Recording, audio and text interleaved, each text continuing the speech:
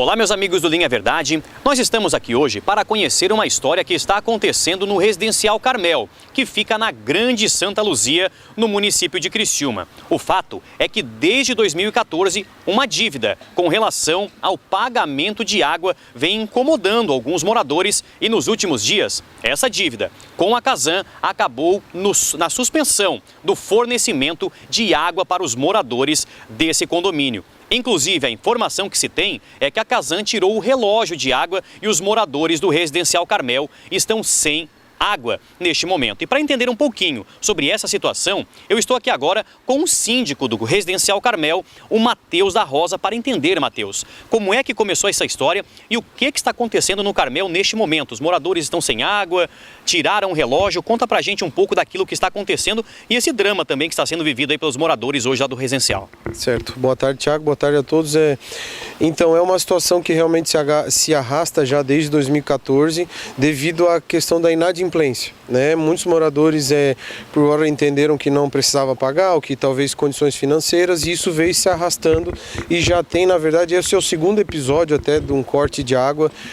O outro foi mais ou menos há 2 anos atrás, também já devido a essas condições financeiras que o condomínio hoje tem 272 unidades, não chega aí mais ou menos a 80 que pagam as suas obrigações. Então, mais uma vez a gente teve esse corte de água suspenso devido à falta de pagamento das faturas, né? Então, hoje estão sem água, buscamos aí uma alternativa para tentar resolver, mas ainda nada concreto de que se resolve quando, né? Isso vai acontecer. Matheus, e como é que essas famílias têm se virado hoje, né? De que forma que elas têm conseguido? Porque certamente tem famílias, tem crianças, tem idosos, né? Talvez pessoas acamadas também no residencial. Como é que as famílias têm se organizado com relação a essa questão da falta de água hoje lá no residencial? Certo.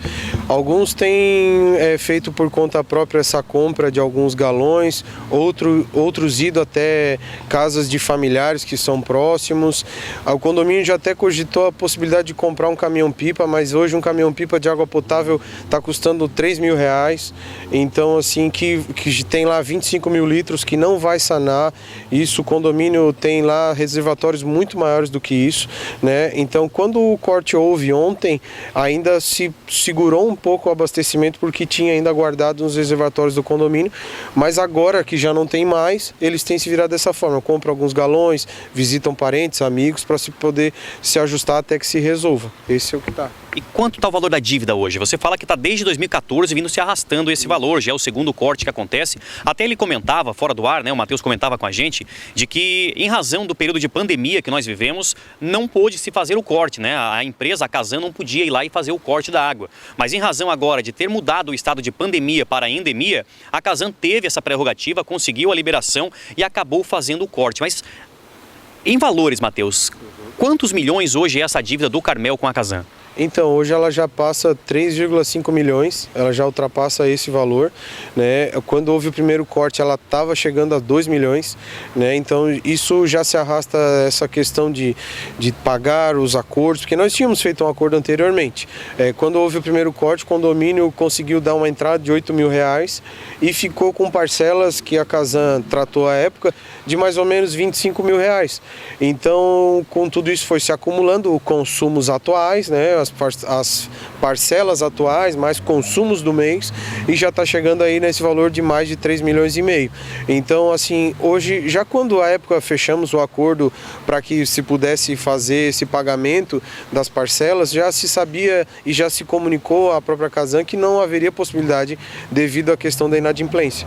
Mas e aí isso foi se arrastando, chegou a pandemia, essa água já era para ter sido cortada anteriormente, já a Casan está segurando por questões já que a pandemia própria segurou, mas como isso já mudou há alguns meses, agora ela conseguiu um meio legal para realmente cortar e fazer cumprir aquilo que a própria lei determina nas faltas de não pagamento, né? Em qualquer serviço isso pode acontecer. Agora, Matheus, você como síndico, o Matheus é um síndico profissional, ele não é morador do condomínio, né? Ele presta o serviço como síndico, foi eleito pelos moradores, foi escolhido pelos moradores lá para estar representando eles enquanto síndico no condomínio, mas hoje tem essa dívida de 3 milhões. Qual seria a solução hoje para que esse problema fosse resolvido o mais rápido possível? Olha, tendo em vista a questão financeira do condomínio, a questão social mesmo, A única alternativa é que nós conseguimos algo judicial, na verdade nem judicial, porque as tentativas judiciais já foram esgotadas, para que a gente pudesse talvez um mandado de segurança, algo que pudesse já em menos de 24 horas retornar. Agora a única questão são realmente questões governamentais que pudessem achar uma brecha, né, para talvez um possível perdão da dívida, para que daqui seguisse, porque o Residencial Carmel ele já foi, na verdade, constituído numa linha social, com pessoas que tinham uma renda até um salário ou Bolsa Família, pessoas que muitas vezes já tinham dificuldades de saúde para propriamente se manter, as parcelas do apartamento já era mais baixa, então ele já vem num programa e numa pegada, vamos dizer assim, social.